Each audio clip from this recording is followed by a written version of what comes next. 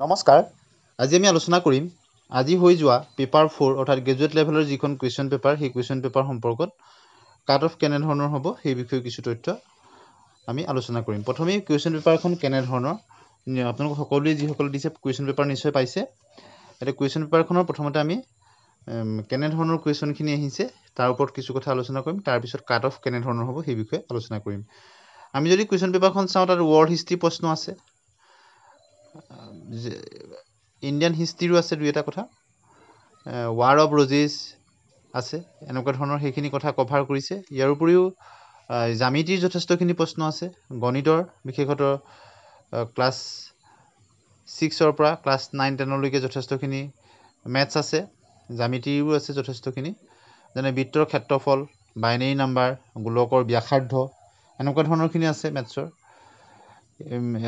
USA বিষয়ে আছে USA এখন ষ্টেটৰ নাম ইয়াৰ উপৰি জ্যামিতিক চিত্ৰ কথা সমান্তৰাল ৰেখাখণ্ড এনেকুৱা ধৰণৰ কুৱেশ্যন আহিছে আৰু ৰিজনিংখিনি ইমান জটিল নহয় সচৰাচৰ যিবিলাক পৰীক্ষাবিলাকত আহি থকা ৰিজনিঙে দেখা গৈছে দুই এটা অৱশ্যে অলপ হাৰ্ড আহিছে ইয়াৰ উপৰিও আমি কলম্বাছক লৈ প্ৰশ্ন আহিছে কলম্বাছৰ জন্ম কোন দেশত আৰু গণিতত যদি যাওঁ গড় মান নিৰ্ণয় কৰা এনেকুৱা ধৰণৰ খেলক লৈ যথেষ্ট কেইটা প্ৰশ্ন দেখা গৈছে যেনে ICC পুৰুষ ODI বিশ্বকাপক লৈ লণ্ডন টেনিছ খেলুৱৈ কোনজন নহয় এনেকুৱা ধৰণৰ প্ৰশ্ন আহিছে গণিতত যদি আকৌ চাওঁ অৰ্ধকমত আৰু ঊৰ্ধ্বকম সজালে সংখ্যা কেইটাৰ মাজৰ পাৰ্থক্য এনেকুৱা ধৰণৰ কুৱেশ্যন দেখা পোৱা গৈছে যিসকল বিশেষকৈ ছায়েন্সৰ কেণ্ডিডেট তেওঁলোকৰ কাৰণেতো যথেষ্ট উজু হ'ব মেথছখিনি আৰ্টছৰখিনিৰ কাৰণে যিসকলে প্ৰেক্টিছ কৰি আছে তেওঁলোকৰ কাৰণে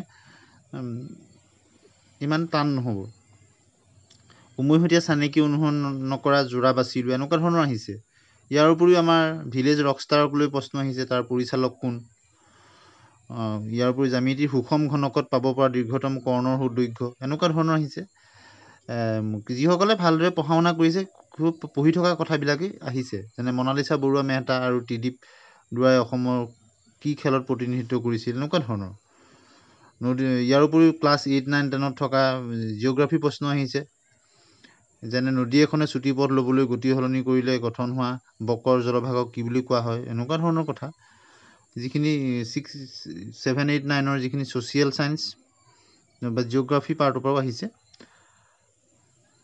জোঙাল বলহুৰ প্ৰতিমূৰ্তি কোন স্থানৰ সমীপত স্থাপন কৰা হৈছে এনেকুৱা ধৰণৰ ভাৰতত কোনবিধ গণতন্ত্ৰ প্ৰচলিত হৈ আছে এই উজু কুৱেশ্যনো আহিছে ইয়াৰ উপৰি LCM SCF লৈ আহিছে লখাগু গসাগু মেজৰ ধ্যানচান্দ কি খেলৰ লগত জড়িত এই আছেই ক্লাছ 6, 7ত ইংৰাজীত আছে ধ্যানচান্দক লৈ হকী খেলৰ এইবিলাক তেনেকুৱা ধৰণৰ প্ৰশ্ন আহিছে ইয়াৰ উপৰি উজু প্ৰশ্ন শৰাইঘাটৰ যুদ্ধত পৰাজয় বৰণ কৰা সম্ৰাটজন কোন এইবিলাক একেবাৰে উজু কুৱেশ্যন আহিছে ভাৰতৰ পৰোক্ষ কৰৰ এবিধ উদাহৰণ টেক্সক লৈ প্ৰশ্ন আহিছে শুদ্ধ কৰমান নিৰ্ণয় কৰা গণিতৰ টাইকোৱাণ্ডো এতিয়া আমাৰ ইয়াত খুব জনপ্ৰিয় এবিধ খেল হৈছে সমৰ কলা কোন দেশত উৎপত্তি হৈছে এনেকুৱা ধৰণৰ ইয়াৰ উপৰি চাইন থিটা কছ থিটাক লৈ প্ৰশ্ন আহিছে গতিকে ক্লাছ 9, 10ত পোৱা এটা ভাগশেষ উলিওৱা অধাতৱ খনিজ পদাৰ্থ 7, 8ৰ যি বিজ্ঞানৰ পৰাও আহিছে এক তাঁৰযুক্ত অসমৰ বাদ্যযন্ত্ৰ কাণত পিন্ধা অসমীয়া গহনাৰ নাম খুব যদি চাবলৈ গ'লে কুৱেশ্যন পেপাৰখন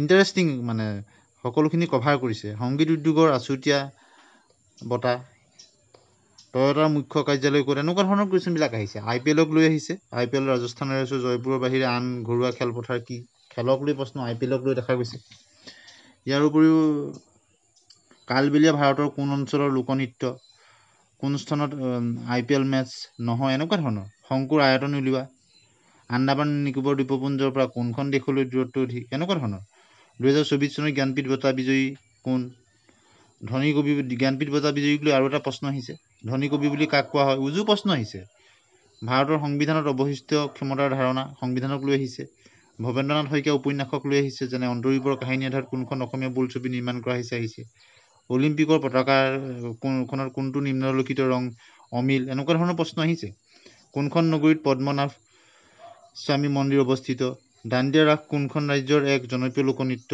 দাণ্ডিয়া নৃত্যক লৈ আহিছে কোনখন অলিম্পিকত কোনে সৰ্বোচ্চ সংখ্যক পদক লাভ কৰিছিল মাইকেল ফেল্পছক লৈ আহিছে চাণক্য কোনগৰাকী সম্ৰাটৰ ৰাজকীয় উপদেষ্টা এতিয়া ইণ্টাৰেষ্টিং আমি আলোচনা কৰিম ইংৰাজীখিনি কেনেধৰণৰ আহিছে। ইংৰাজীখিনিত যথেষ্ট 2 নম্বৰ থকা কুৱেশ্যন 25টা আছিলে, গতিকে ইয়াৰ কম্পজিশ্যন ইংৰাজীখিনিত কেনেকুৱা পাইছে। ইংৰাজীখিনি যদি আমি চাওঁ, ইংৰাজী প্ৰথম যিটো দেখিছোঁ আমি চাইকেলক লৈ এটা আহিছে, চাইকেলৰ যিটো হিষ্ট্ৰীক লৈ কুৱেশ্যন আহিছে। তাত কুৱেশ্যন আহিছে যেনে ডাইৰেক্ট কুৱেশ্যন আহিছে, first person who use gear system on bicycle কোন আছিলে। সেইটো পেচেজটো ভালদৰে যি ৰিডিং কৰাৰ ওপৰত, ৰিডিং স্কিলৰ ওপৰত ডাইৰেক্ট কৰিব পাৰিছে। ডাইৰেক্ট কুৱেশ্যন আহিছে কেইবাটাও। তাৰপিছত ডাইৰেক্ট ইণ্ডিকেট কৰি দিছে শব্দবিলাকৰ, যেনেকৈ চেণ্টেঞ্চ ফ্ৰম দি 4th পেৰাগ্ৰাফৰ এটা চেণ্টেঞ্চ পঢ়িবলৈ দিছে, তাত এটা আণ্ডাৰলাইন কৰি দিছে, আৰু তাৰ সেই ৱৰ্ডটোৰ লগত as it is use in the sentence the underline word revolutionise means, তেনেকৈ শব্দটোৰ মিনিং 4টা দিছে, তাৰ পৰা বাচিবলৈ দিছে। এই কম্পজিশ্যন পাৰ্টটোৰে খুব টান নহয়, কৰিব পৰা কুৱেশ্যন। গতিকে যি দেখা গৈছে ইংৰাজী সেইকেইটা যথেষ্ট 2 মাৰ্কছ থকা কুৱেশ্যন, গতিকে সেইখিনি পাৰিছে। যিসকলৰ ইংৰাজীত দখল আছে তেওঁলোকে খুব সহজতেই পাৰিছে। গতিকে ইংৰাজীৰ এভাৰেজ লেভেলৰ কুৱেশ্যন খুব হাৰ্ড নহয়, কিন্তু ইংৰাজী কুৱেশ্যনখিনি প্ৰায় শুদ্ধই হৈছে। গতিকে দেখা গৈছে ইংৰাজী যিখিনি 2 মাৰ্কছৰ কুৱেশ্যন তেনেকুৱা ধৰণৰ পেৰাগ্ৰাফ আৰু এটা আহিছে। গতিকে আনচিন পেৰাগ্ৰাফ যিহেতু okapi is a forest mammal of central Africa, এনেকুৱা ধৰণে আৰম্ভ কৰি এটা হেৰি দিছে, তাৰ পৰাও কুৱেশ্যন দিছে। ডাইৰেক্ট কুৱেশ্যন দিছে 2 এটা। ইয়াৰ উপৰি তাৰ লগত আমাৰ পেৰাগ্ৰাফত থকা শব্দৰ মিনিং বিচাৰিবলৈ দিছে। এনেকুৱা ধৰণৰ কুৱেশ্যন আহিছে। পেচিভ ভইচ কৰিবলৈ আহিছে, following into the change the following into passive voice. Passive ভইচলৈ এইটো সাধাৰণ জেনেৰেলতে আহি থাকে, পেচিভ ভইচলৈ নিবলৈ আহিছে। গতিকে যদি আমি চাওঁ কুৱেশ্যন পেপাৰখন অভাৰঅল ইমান হাৰ্ড নহয়। এতিয়া যদি আমি চাওঁ একেবাৰে উজু নহয়। গতিকে কাট অফ কেনেধৰণৰ হ'ব।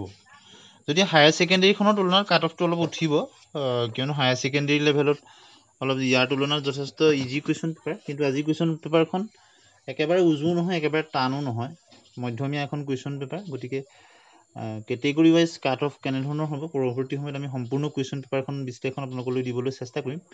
কিন্তু যদি চাওঁ কুৱেশ্যন পেপাৰখন সাধাৰণতে যিসকলে খুব ভালদৰে পঢ়া শুনা কৰিছে তেওঁলোকে কৰিব পৰা কুৱেশ্যন পেপাৰ। একেবাৰে যিখিনি সাধাৰণতে দেখা যায় গ্ৰেজুৱেট লেভেলৰ যিখিনি চিলেবাছ, যোৱাবাৰ কুৱেশ্যন যেনেধৰণৰ আহিছিল এইবাৰ সকলোখিনি কভাৰ কৰি দিছে, আৰু একেবাৰে উজু কুৱেশ্যনো আহিছে। 2-এটা অকণমান আহিছে, বাহিৰৰ ৱৰ্ল্ড জিঅ'গ্ৰাফিৰ 2-এটা কুৱেশ্যন আহিছে, আৰু যিকেইখিনিও সাধাৰণতে কৰিব পৰা আহিছে। হিষ্ট্ৰী পাৰ্টৰ অলপ কম দেখা গৈছে। আচলতে NCERT বহুখিনি কথা আহিছে। NCERT বুকবিলাক যিসকলে পঢ়িছে, আছামিজ মিডিয়ামেই হওক বা ইংলিছ মিডিয়ামেই হওক, তেওঁলোকে যথেষ্ট কুৱেশ্যন পাৰিছে। আৰু বিশেষতঃ ক্লাছ 6 to 10 যিসকলে ভালদৰে চাইছে কিতাপবিলাক, আৰু মেথছো যিসকলে ক্লাছ 6 to 10লৈকে 9-10লৈকে যিসকলে কৰিছে তেওঁলোকৰ কাৰণে মেথছখিনি তেওঁলোকে যথেষ্ট কভাৰ আপ কৰিব পাৰিছে। গতিকে পৰৱৰ্তী সময়ত আমি আপোনালোকলৈ কেটেগৰী ৱাইজ কেনেধৰণৰ হ'ব পাৰে কাট অফ, এই বিষয়ে আপোনালোকক জনাম। গতিকে আজি আমি এটা থুলমূল আভাস দিব বিচাৰিছোঁ যে কুৱেশ্যন পেপাৰখন কেনেধৰণৰ আছিল আৰু কোনখিনি আহিছে। যদি আমি চাবলৈ যাওঁ এখন খুব সুন্দৰ কুৱেশ্যন পেপাৰ গ্ৰেজুৱেট লেভেলৰ কাৰণে, আৰু যিসকলে খুব ভালদৰে চিলেবাছ ফ'ল' কৰি পঢ়িছিলে তেওঁলোকৰ কাৰণে নিশ্চয় টান নহয়। আপোনালোকৰ মতামত কমেণ্ট ছেকশ্যনত জনাবলৈ নাপাহৰিব। ধন্যবাদ।